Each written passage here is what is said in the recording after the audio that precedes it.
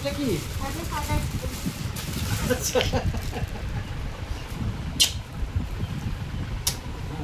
আমার সোনা বাবা, এটা কি তুমি আমার জন্য উপহার আনলে নাকি? আচ্ছা, উপহারটা আমি খুলে দেখছি, কিন্তু তার আগে একটি কথা আছে, দুটি কথা আমি নিচে নেমে দাঁড়াই। শোনো বাবা, তুমি যে আমাকে সম্মান জানাও, সম্মান করো, ভালোবাসো, এটা আমার কাছে অত্যন্ত বড় পাওনা।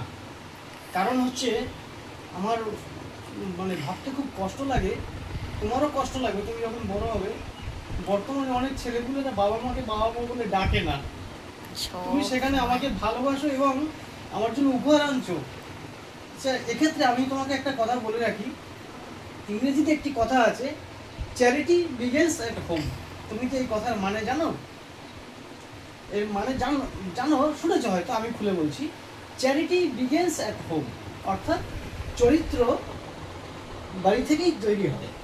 তাই এক্ষেত্রে প্রত্যেক বাবা মায়ের ভূমিকা সন্তানকে উপযুক্ত মানুষ করে তোলা, এবং তোমরাও আগামী দিনে প্রজন্মের দায়িত্ব নেবে, বাবা হবে, তোমাদের উপরে পরবর্তী প্রজন্মের ভবিষ্যৎ নির্ভর করছে। তাই আমাদের অত্যন্ত উচিত তোমাদেরকে সঠিক পথে, সঠিক দিশায় নিয়ে চলা।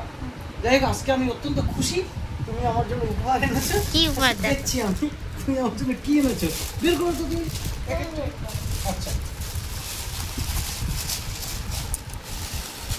না ধরো,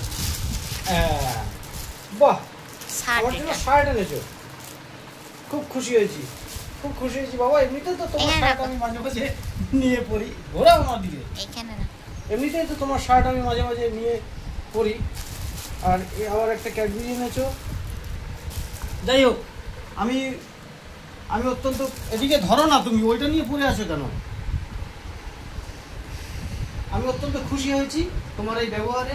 আমি ঈশ্বরের কাছে কামনা করি তুমি জীবনে খুব সুন্দর একজন মানুষ তৈরি হও, এর পাশাপাশি নিজেকে সফল ব্যক্তি করে তোলো। সফল বলতে চাকরি বাকরিতে, টাকা পয়সায়, অর্থে সফল নয়, তুমি বিবেকে, মানবলে, দেশাত্মবোধে প্রকৃত মানুষ হওয়ার ক্ষেত্রে তুমি সফল মানুষ হও, এটাই আমি কামনা করি। তোমাকে অনেক অনেক ধন্যবাদ, তোমার প্রতি আমার অনেক অনেক শুভকামনা রইল। ভালো থেকো বাবা।